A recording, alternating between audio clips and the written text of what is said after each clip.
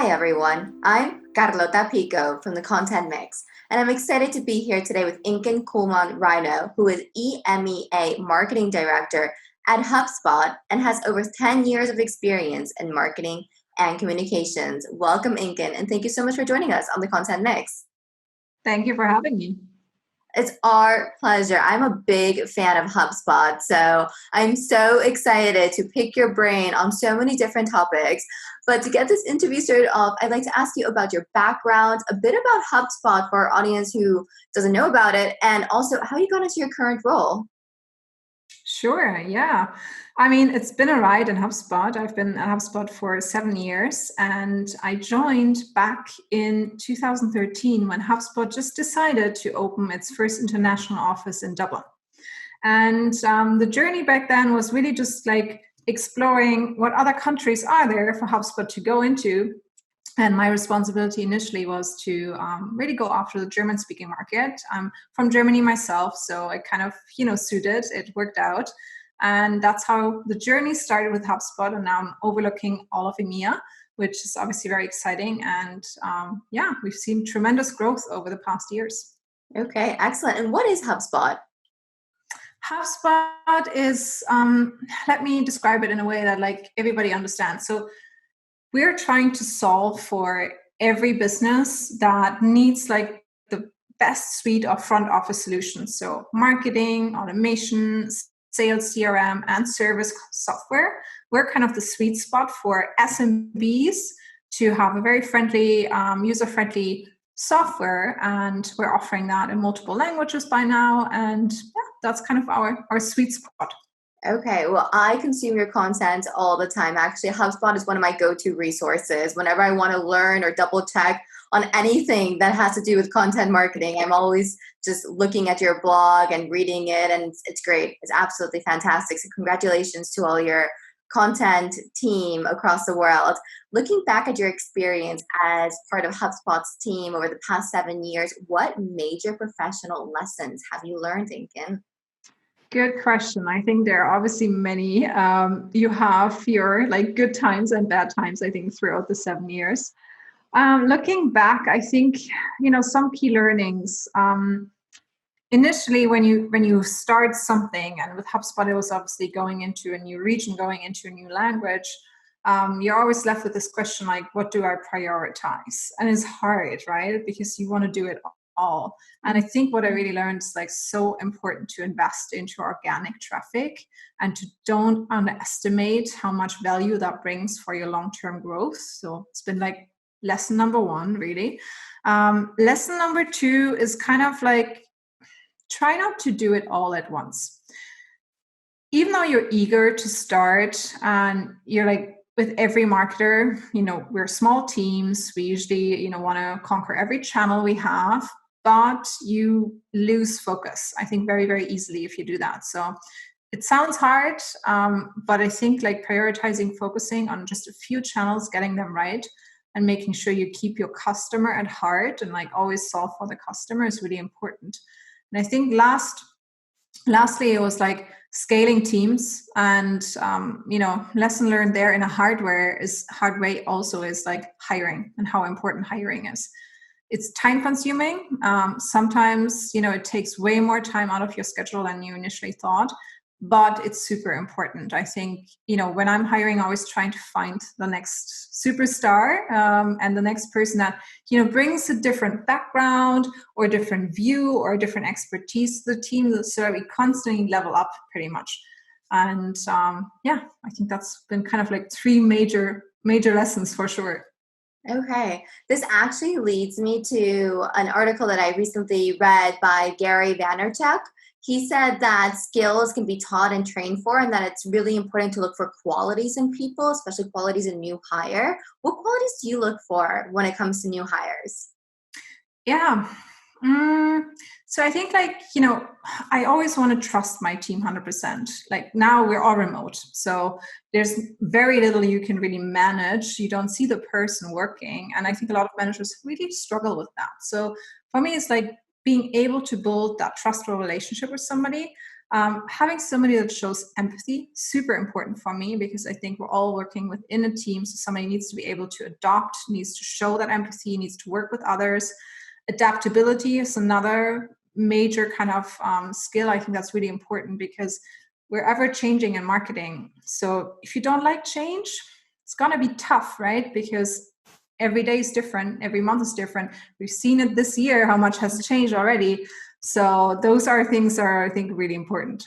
Yeah, no, it makes me have that little nervous laugh in terms of things have changed so much. COVID-19, oh gosh, please. Let's not go into a second wave. Okay, moving into remote working, because you are a remote work leader, you manage teams from across the EMEA market. So what advice would you have for teams to work effectively in a remote setting? Because I also find it challenging. I mean, I oversee a team, and sometimes it's what you said. I mean, I don't know what they're doing at every single second of the day, and therefore sometimes that leads to micromanagement. But I don't want to be a micromanager, and so it makes me have to trust what my team is doing. But that's easier said than done. So, what tips do you have for remote managers like myself? Yeah, I think start to think about like that everybody has positive intent. I assume that when I hire people, they're not going to watch Netflix 24/7 when I expect them to work. So fingers crossed, that's not happening. No, but honestly, I think it's taking time. First of all, give yourself that time to get used to remote management. When I started the remote management, like the first 3 months were like nuts. Honestly, I was so overworked. It stressed me out. I was like, oh my God, if I'm ever going to get used to this, I have teams in different locations, different time zones. So it takes time to really get your right structure, to know like when you need to check in with somebody. And please don't feel you have to do the daily kind of stand-ups just to know what people are doing on the day. It's not necessary. If you trust people, weekly one-on-ones, as you would have them in the office, are fine, because, there's so much that changes throughout the day anyways. And then if you want to have a conversation, hop on Slack and just like start a Zoom meeting immediately.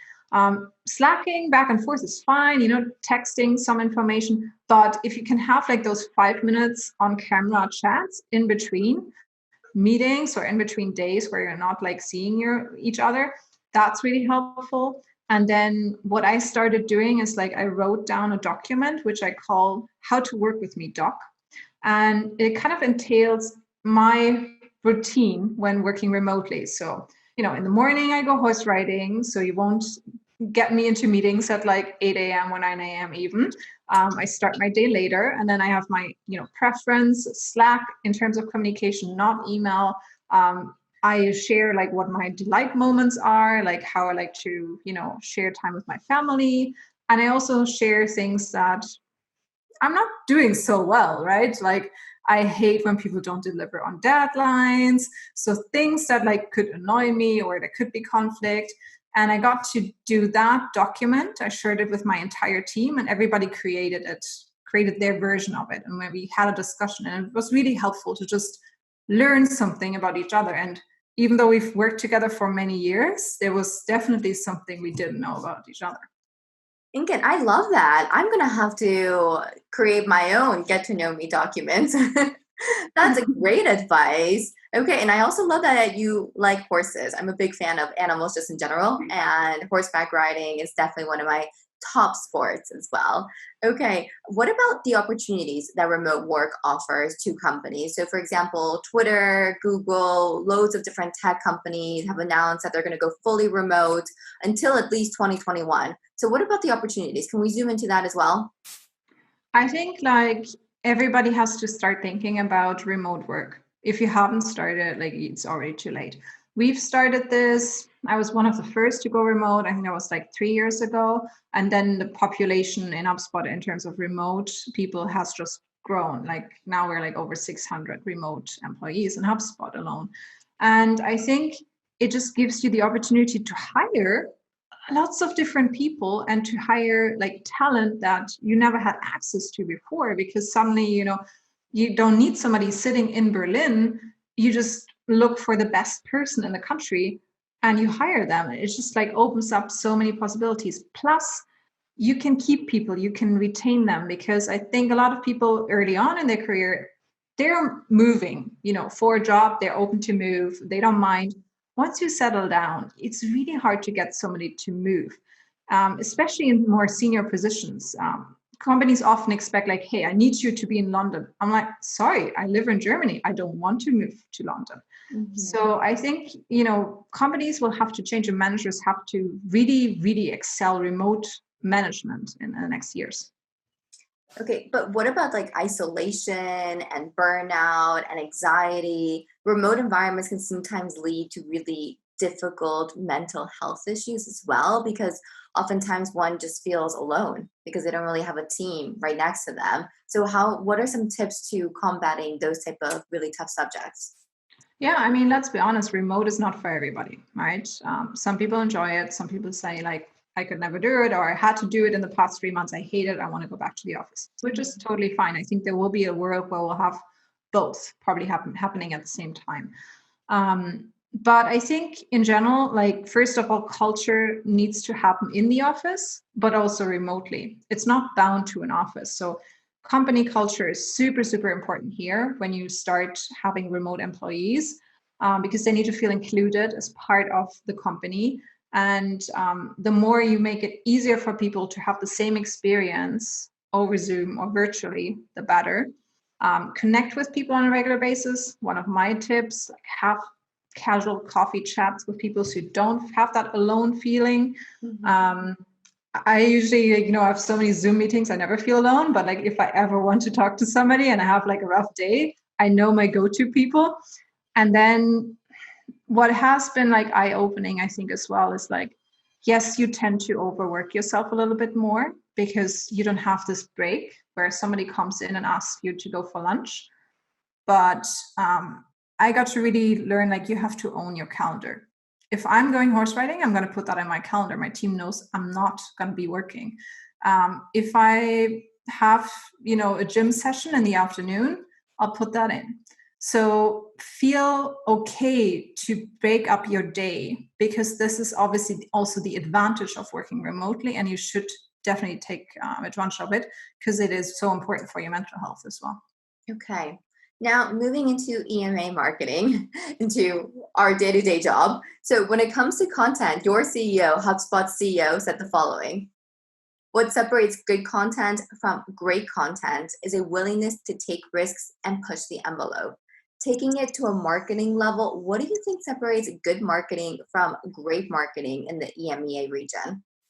I like to think about marketing, like, kind of what positive impact does it have on your audience? When you think about regional marketing, it's like, what does it take to regionalize a piece of content? How do you have to think about your audience? How different is your audience? Really important to kind of take that next step up, to not just localize content, but to create native content, to really know your persona, solve for your customer. Is this piece adding value or not? Well, if it's not, then you're not creating any great experience. So let's just not do it. And it takes a little bit more time, but it's worth the effort because you're really kind of getting that reward from your customers and from your community. Okay, so that sounds fantastic, but it's a lot easier said than done. Yes. So what are some tips in terms of creating valuable content? We use something in HubSpot where we try to understand the journey our customers take and like what topics they search for. And I think you could argue HubSpot invests a ton in content. We have lots of busy writers and content creators. So top tip is like, we tend to look at like problems people face and challenges they try to overcome, and then create solutions for that. And either that is a tool, a webinar, a content piece, whatever it is. We do this on a kind of monthly or quarterly basis based on the teams. And then we get going and we create the content. We're like, okay, this is relevant for each market, so we'll invest into it. And actually, comparing localized content to native content turns out to be cheaper in production sometimes. So It's not always how it sounds that it's more expensive. Okay, very interesting. So, also spinning off that response, what brands do you think will disrupt the market and what do they bring to the table that makes them stand out? So, one of my favorite brands, of course, is HubSpot. But apart from HubSpot, what other brands are disrupting the market? Yeah, I think like we've seen so many pop up during even this like whole remote working experience. Like Zoom is one of the companies that has been kind of really kind of outstanding in terms of performance and helping people as well. I think enabling the community to use and leverage a tool for free, and Slack the same. I think Slack was so quick in their response on like giving people the option to use it for bigger communities, for nonprofits. I got so many great examples where people said like, I reached out to Slack and I asked them like to use it for, one of my business needs for free. And they were like, sure, we want to help you. We give you this version for 6 months and you can use it for free. And there's so many of, tech companies adopting really well to this and offering more value, and taking this as like kind of a way of like giving back almost a little bit to the community in a way that they can. Shopify, another good example as well. I think I even had to create an online shop for my mom because she runs her own business and everything closed, right? And I was like, what do I do? And I turned to Shopify and I just, spun up an online shop within like literally a week. And I think I could not have done this without, the easy solution that Shopify offered. And on top of that, I think they were really responsive. And like they obviously knew a lot of people had the same troubles. So there's lots of helpful content and education. So I think that was great examples.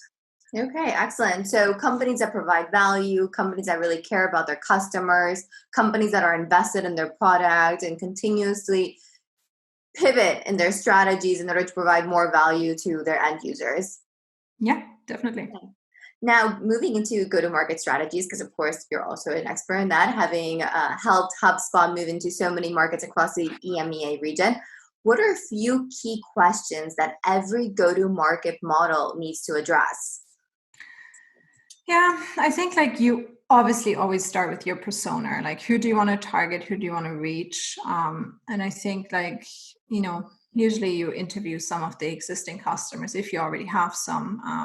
That's always kind of the key point, like get in touch with your audience. As marketers, we tend to be in the background, right? Because usually you have sales in front, they get to talk to all these people all day, and marketing is always like, oh, sure, we'll analyze some data and we'll do some research. But like, honestly, talk to people, like get to know who is buying from you and like, how does that buying process even work? What do people consider? Like, how do they talk?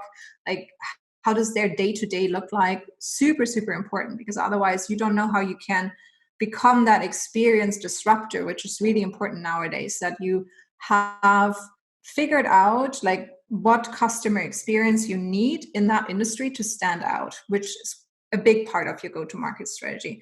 And I think then, is it something that you can scale? How scalable is it? And which are your distribution channels? Also really important, obviously, for your marketing to know how you get that scalability. Mhm.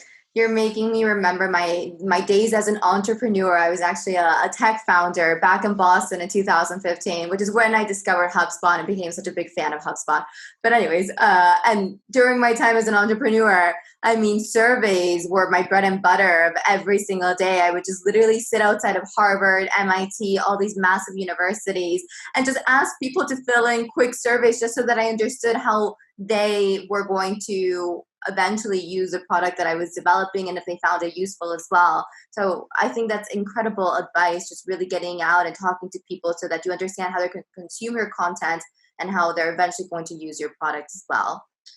Okay, what about people like myself back in the day that were on a low budget? So how do you develop a winning go-to-market strategy on a low budget, Inken? Yeah, I think like that obviously comes back to like, what is really important for you to initially connect with your audience, and like which are the channels, choose wisely. LinkedIn is a perfect example for B2B. It works so well right now because, there's still such a chance. Let's be honest, marketers, once we know, oh, there's a new channel, we ruin it. we ruin it for everybody because we just like try to get all the energy out of that channel. Like email, like, yes, we still use it, but like obviously it was way more effective like 10 years ago when it was still new.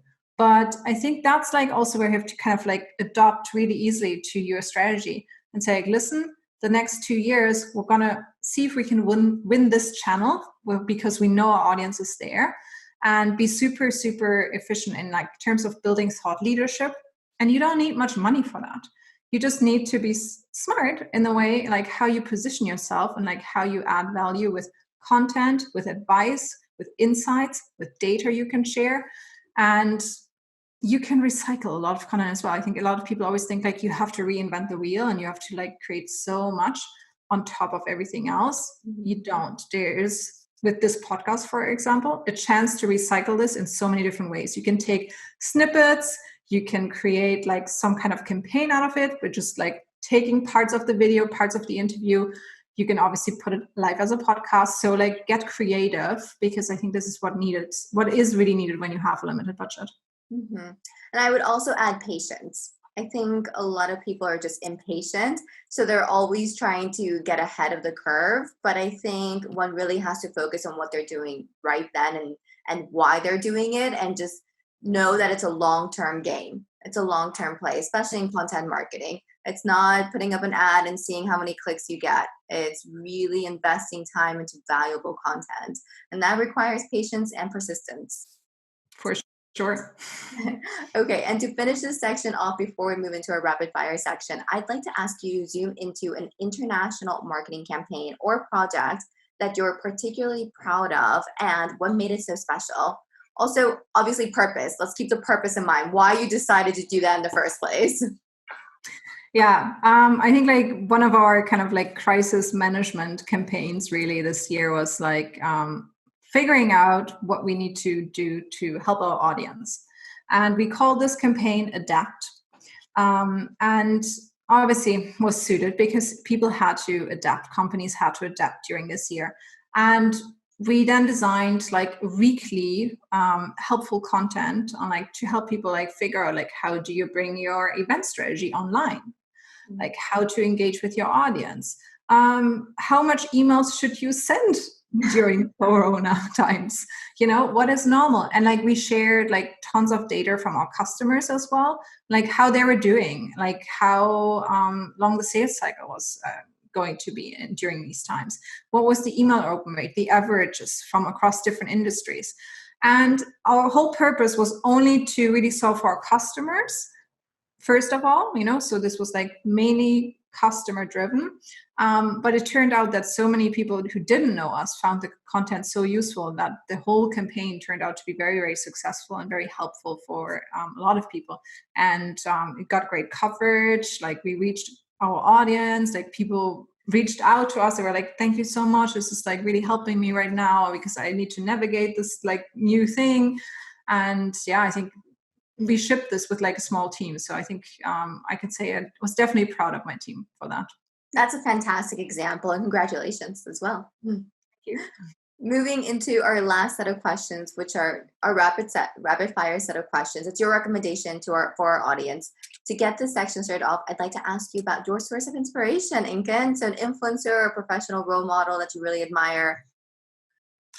Yeah, I think like I will go off topic here a little bit because I think marketing influencers, there are a ton of them. Mm-hmm. Person I really admire in terms of leadership is Simon Sinek. And, I think I would also like really recommend one of his books. He has written a ton, Leaders Eat Last. There are a ton of them, I think. And he always, first of all, has great content. He interviews really interesting people. He gives great advice on like why leadership is so important and how to build a strong culture and a strong team. And I just like never get tired of him, I think. So always a person I go back to when I feel down sometimes as a manager even. I just want to get that energy back because there can be good times, but they can also be bad times. Definitely. Okay, so spinning off of that response, I'm going to throw a curveball at you. Where do you imagine yourself in the next 7 years? Where do I see myself? So I think like definitely like want to continue my path of leadership. and go more on like different kind of international growth. Want to expand into other regions. I think, seeing Germany scale, seeing France scale, like, what's the next kind of level up there? And, have my own, vision for like how to scale. Definitely want to stay in the tech industry. I think it's really, really interesting. SaaS, is something that excites me. For some people, it sounds super boring to be like in B2B, but like I think like, if you have a great product and you solve a problem, like it's still exciting to do marketing. So I see myself continuing on that journey for sure. Okay, excellent. And to finish off today's interview, I'm going to ask you, what's your favorite app at the moment and why? So I thought, like a lot of people ask me this question all the time because I think the obvious answer for this time right now is obviously Slack and Zoom. But what I have been starting to use more and more to just communicate with my team without having to set up a meeting is like Loom. Honestly, just create a short video where I record myself, I share information, and it's been super helpful, super quick and easy to do. So one of kind of like my remote apps, for remote management, I like to really use on a weekly basis almost. Okay, Inken, you are such an inspirational female role model. So thank you so much for joining us today on the Content Mix. It was a pleasure to chat with you and to pick your brain on so many different subjects. I've learned so much. Thank you so much for inviting me. The pleasure has been mine. And to everybody listening in today, thank you for joining us on the Content Mix. For more perspectives on the content marketing industry in Europe, check out the Content Mix. We'll be releasing interviews just like this one every week, so keep on tuning in. Thanks again. Have a fantastic day, and see you next time. Bye. Bye.